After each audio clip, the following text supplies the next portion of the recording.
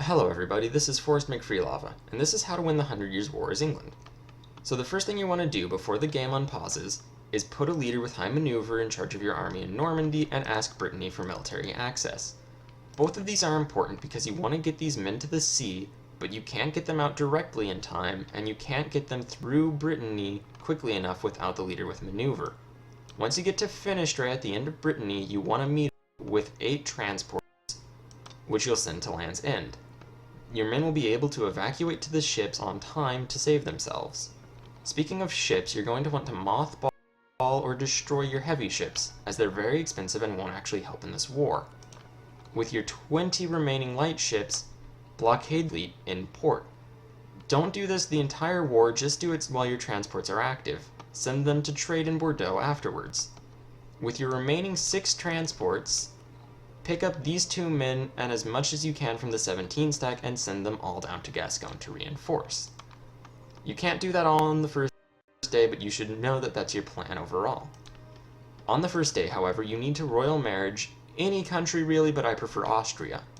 Later on, you're going to want to royal marry other countries. This is so you have a higher chance of getting an heir. If you don't have an heir long enough, you'll get several bad events and eventually fall into the War of the Roses, which is essentially an English civil war where your dynasty is replaced by a new one and a differing dynasty will rise up to overthrow this new dynasty. If you have a personal union with the French, when this happens, you will lose that union. That following civil war, you will lose that union.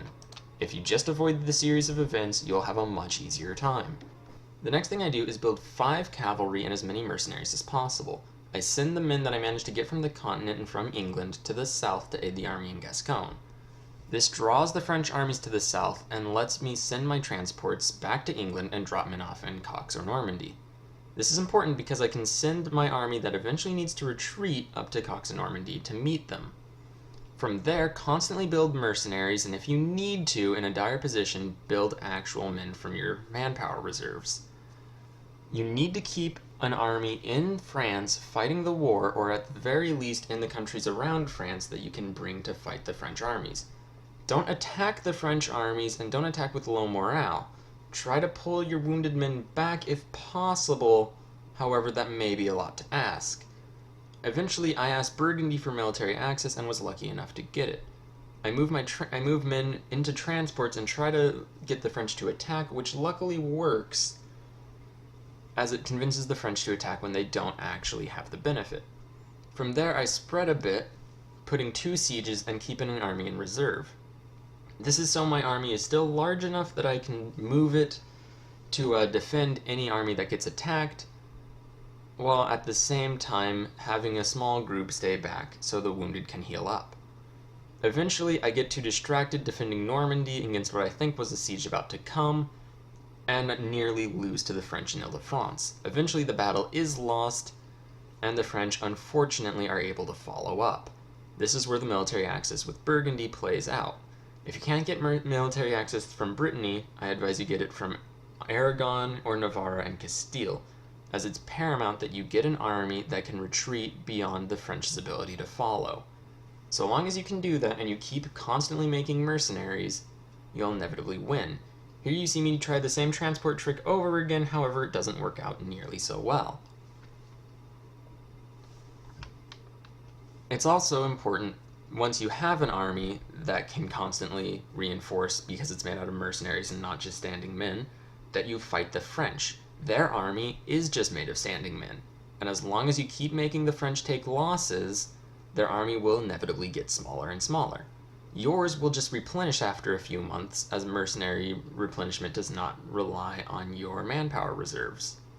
So, lose the battles. Don't actually attack the French because you want them to lose more men than you do, and peace out with their allies if possible. You'll notice I just peaced out with their allies, however I lost military access from Burgundy in the process, so I send men to Brittany, where I send reinforcements from sea. Luckily I win that battle, and I'm able to just follow up, stack wiping all of their armies. Once you manage to stack wipe the French armies, it's a matter of letting your armies replenish because they will make more, and then carpet sieging the French. Here you see the King of Burgundy died, which is lucky timing because they lost their armies. so it's easier to carpet siege. You also see I just got an event that gives me a new heir, preventing the War of the Roses from happening.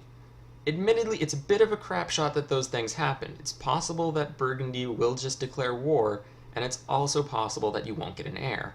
Since I did get an heir, it's safe for me to move for the personal union casus belli and get a union with the French. And since the King of Burgundy died, I don't have to worry about French or Burgundian intervention. Here you see I just peaced out with rebels. As long as you don't lose land, I suggest you just accept their demands or militarily treat them harshly. From here, I'm just destroying the French armies as they come about while laying siege to the north of France. My war goal is just to form a union with France and get war reparations. You don't really want to weaken the French as they will become your vassal. However, it is important that you win the war. More important than that the French is strong. So once you are able to get your demand, peace out. Remember, don't get the personal union if you don't have an heir, as the War of the Roses event chain will probably ruin it.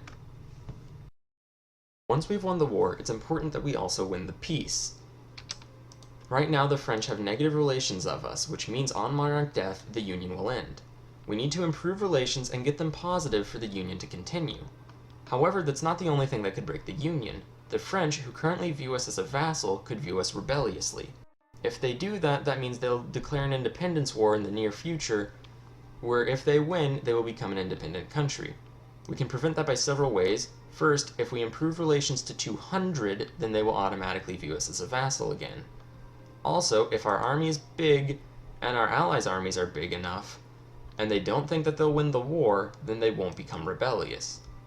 If we can't prevent them from becoming rebellious, we can prevent them from actually rebelling by declaring war on another country. So long as you're at war, the French will be called in as an ally in the war, and you can't declare war on a country that you're currently fighting with.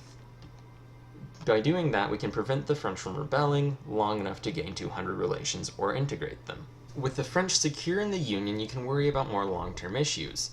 Burgundy would be a severe threat. Luckily, the inheritance got rid of them, but you can't always rely on that. However, from Burgundy, you can move into the Empire. If you vassalize enough electors, you can just be elected emperor automatically. This will make you significantly more powerful, though as England and France, you don't really need it. Alternatively, you could move into Iberia, annex their coastline, or otherwise vassal them. If you're quick enough, you can prevent them from colonizing and become the only colonial power in the world. Realistically though, as England and the Big Blue Blob, you are the most powerful country in the world, free to do whatever you will. Thanks for watching. If you want a more detailed analysis of how I won the 100 Years' War, check out the video description. If you have any comments or suggestions, please send them in.